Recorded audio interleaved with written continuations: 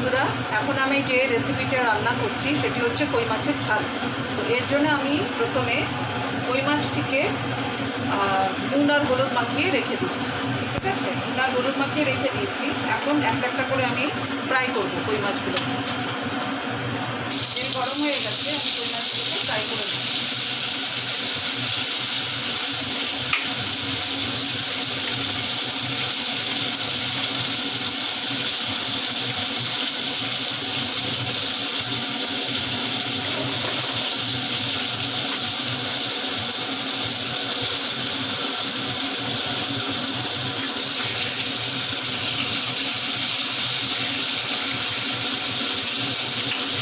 মাছগুলোকে ভালো করে ফ্রাই করতে হবে।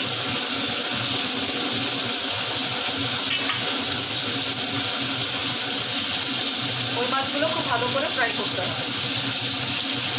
আর এর মধ্যে যা উপকরণ লাগছে তা হচ্ছে কই মাছ তো লাগছেই, আর এর সাথে লাগছে টমেটো, আর লাগছে অল্পটুকু আদা। আর আমি এখানে যেহেতু 8 পিস কই মাছ রান্না করছি, তাই আমি এর মধ্যে 3টে পেঁয়াজ দিই, মিডিয়াম সাইজের পেঁয়াজ 3টে, আর অল্পটুকু আদা এই গ্রেট করে রেখেছি।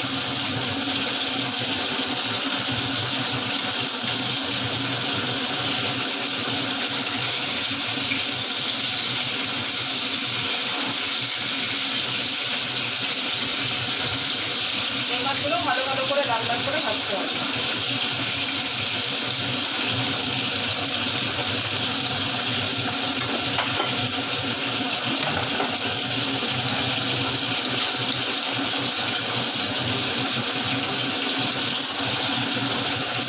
বাজারে দেশি কই পেলাম, তাই দেশি কই নিয়ে আসলাম।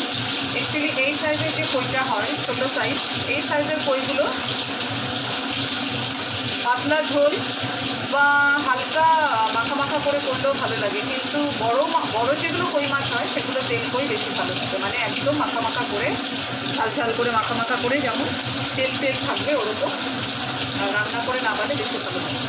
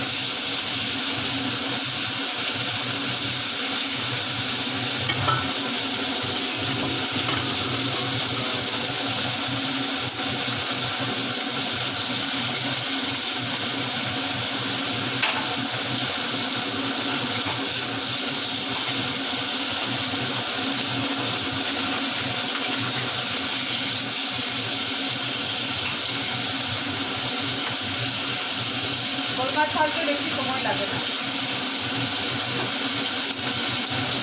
খুব তাড়াতাড়ি ভাজা হয়ে যায় কই মাছ। অনেকে আবার কই মাছটা ভালো পায় না, কেননা কাঁটা বেশি থাকে বলে কই মাছ ভালো পায় না। কই মাছ আমার খুব প্রিয় মাছ, আমি খুব ভালোবাসি কই মাছ খেতে।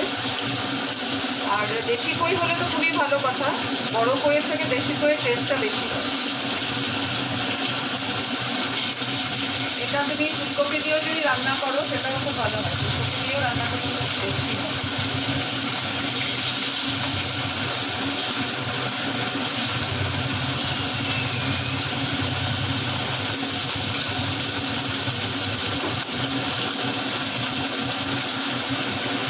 কই মাছ ভাজা হয়ে এসেছে,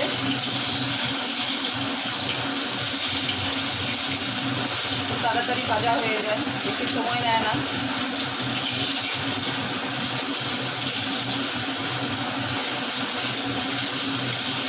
কই মাছ তো আসালো মাছ, তাই খুব তাড়াতাড়ি ভাজা হয়ে যায়।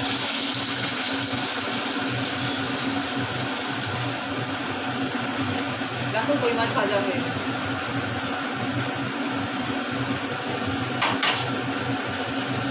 এবার আমি এর মধ্যে যে আদা আর পেঁয়াজ বাটাটা করে রেখেছি সেটি দেবো।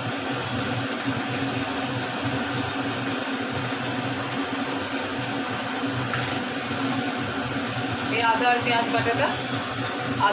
বাটা এটা দিয়ে দেবো।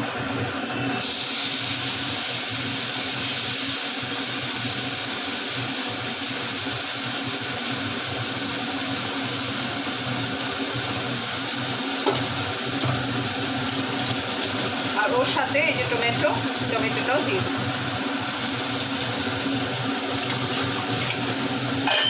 এবার এটাকে ভালো করে কষাবো। এটা যখন একটু কষে আসবে তখন এর মধ্যে আমি মশলা মেশাবো, কেননা এটা যদি আমি আগেই মশলা দিয়ে দিই তাহলে এটা কাঁচা গন্ধটা থেকে যাবে। তাই আমি এটা বেশি আগে কষিয়ে নিচ্ছি, মানে একটু ভাজা হয়ে গেলে তারপরে আমি মশলাটা দেবো, ভাজা ভাবটা যেন কেটে যায়।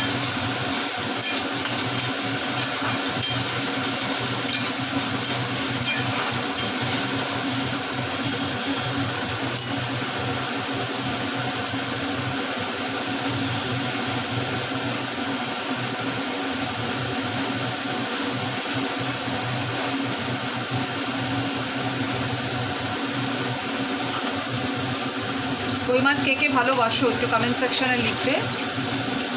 আমার তো খুব প্রিয় মাছ, আশালো মাছ আমার এমনিতেও খুব প্রিয়। হ্যাঁ, ইলিশটাও খুব পছন্দ করি, কিন্তু ইলিশটা একবেলা বেশি খাওয়া যায় না। ইলিশ মাছের রেসিপি আমি তোমাদের সাথে শেয়ার করব, যখন আমি ইলিশ মাছটা বানাবো নিশ্চয়ই তোমাদের সাথে শেয়ার করবো। আজকে আমি কই মাছ বানাচ্ছি বলে তোমাদের সাথে সেই রেসিপিটা শেয়ার করবো। ঠিক আছে, এটা এখন ভাজা হয়ে গেছে। এবার ভাজা হয়ে যাওয়াতে আমি এখানে এখন মশলাটা মেশাবো। মশলার মধ্যে আমি দিচ্ছি হলুদ গুঁড়ো, ধনে গুঁড়ো, জিরে গুঁড়ো আর লঙ্কার গুঁড়ো আর নুন। প্রথমে আমি দিচ্ছি হলুদ গুঁড়ো 2 চামচ, 1 চামচ, এই 2 চামচ। জিরের গুঁড়ো দিচ্ছি, জিরে ধনে গুঁড়ো এখানে মিক্স করা আছে, জিরে আর ধনে 1 চামচ, আর এই দিচ্ছি 2 চামচ। অনেকে স্পাইস কম খায়, কিন্তু যারা স্পাইস কম খায় তারা 1 চামচ বা হাফ স্পুন দিতে পারো, কিন্তু আমরা যেমন একটু স্পাইস খাই তো আমরা 2 চামচ করেই দিই। ঠিক আছে, হলুদ গুঁড়ো দিলাম, ধনে জিরে গুঁড়ো দিলাম। এবার আমি দেবো লঙ্কা গুঁড়ো। লঙ্কা গুঁড়োটা নিজের পছন্দ অনুযায়ী, যে লঙ্কা বেশি ভালো পায় সে লঙ্কা বেশি দেবে, যে কম ভালো পায় সে কম ভালো দেবে, কম দেবে। আর আমি এখানে 1 স্পুন আর একটু হাফ স্পুন আমি লঙ্কা গুঁড়ো দিচ্ছি।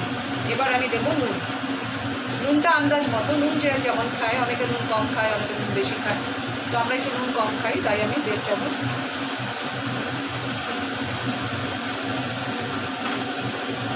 এবার আমি এটাকে একটু জল দেবো, কেননা মশলাটা যেন নিচে লেগে না যায়, সেটা জল দিয়ে এটাকে টানাবো।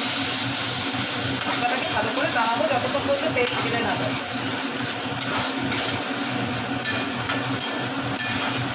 যখন তেল ছেড়ে দেবে তখন আমি এটাতে অল্প জল দিয়ে মাছটা বসিয়ে দেবো। আমি এটাতে আলু দিয়েও করা যায়, কিন্তু আমি এটা আলু দিই। আমি এটা পেঁয়াজ আদা দিয়ে এটাকে জাস্ট ঝাল করে টানিয়ে নিচ্ছি, মাখা করে টানিয়ে।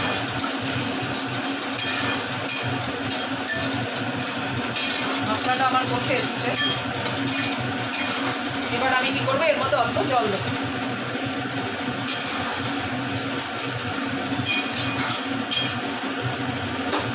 জল দিয়ে এখন দেখো এই কই মাছগুলো এর মধ্যে একটা একটা করে দিয়ে দেবো।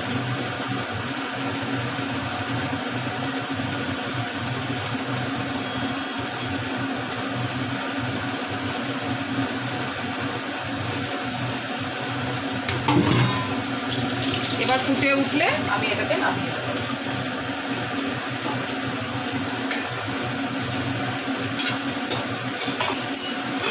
ঢাকনা দিয়ে দিচ্ছি, ঢাকনা দিয়ে দিলাম। যেই মুহূর্তে এটা ফুটে উঠবে সাথে সাথে এটাকে আমি নামিয়ে দেবো।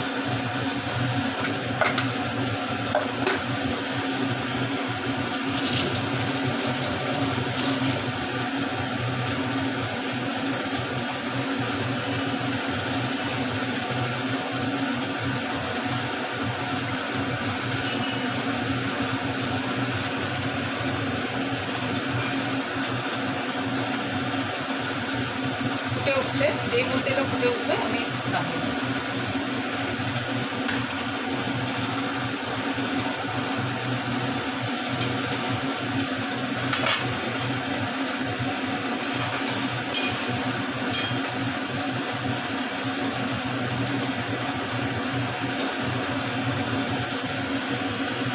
উপকরণগুলো আমি কী কী দিলাম, এর মধ্যে প্রথমে মাছটা আমি ভেজে নিয়েছি, ওই মাছটা নুন আর হলুদ মাখিয়ে ভেজে নিয়েছি।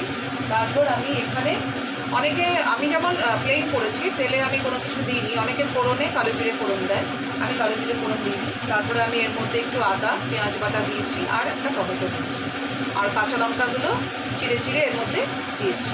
ঠিক আছে, এবার আমি প্রথমে আদা আর পেঁয়াজ বাটাটা দিয়েছি, দিয়ে ওটাকে একটু নাড়িয়ে নিয়েছি।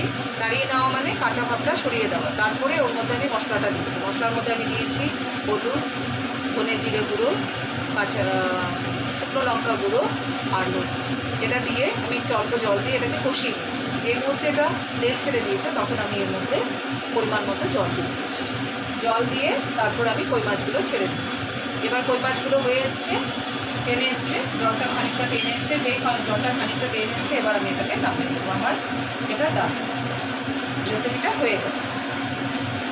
এবার আমি এটাকে অফ করলাম আর আমি নামিয়ে দিলাম।